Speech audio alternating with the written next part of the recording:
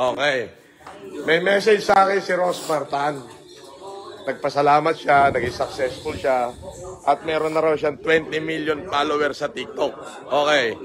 Gawin nating 30 million yan. Ha?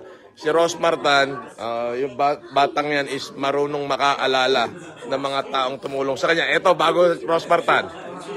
Mga wheelchair ngayon, wala akong bigas. Sandali, huwag mo isarado. Eto, Rosmar.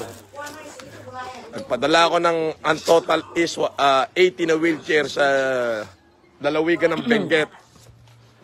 Dahil successful ka, yung mga susunod na munisipyo, ikaw ang mag-donate ng wheelchair. Ayan. Sikat yun. Follow nyo yung Rosmar Tan na yun. Ha? Nag-message kasi, nag-reply sa akin. Pasalamat. Pabait na bata. Sabi ko ako, I start it over again kasi matagal ako nawala. Yari ka, Rosmar.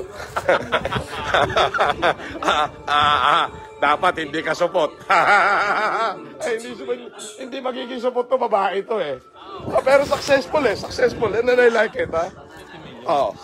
You see, eto last batch na to na pinadala ko ng Benguet. Marami ako naka-schedule na mga lalawigan ngayon. Ang gusto ko sana, eto yung plano ko. Wala naman tayong pandemic ngayon, but ang gusto ko sana lahat ng with disabilities na walang capacity bumili ng wheelchair. Gusto ko matulungan sila. Now, ang gagawin mo ngayon, maghanap ka ng bayan na maraming pilay at bigyan mo ng wheelchair. So, and the people will support you more as long you do it wholeheartedly in the so-called name of humanity. All right?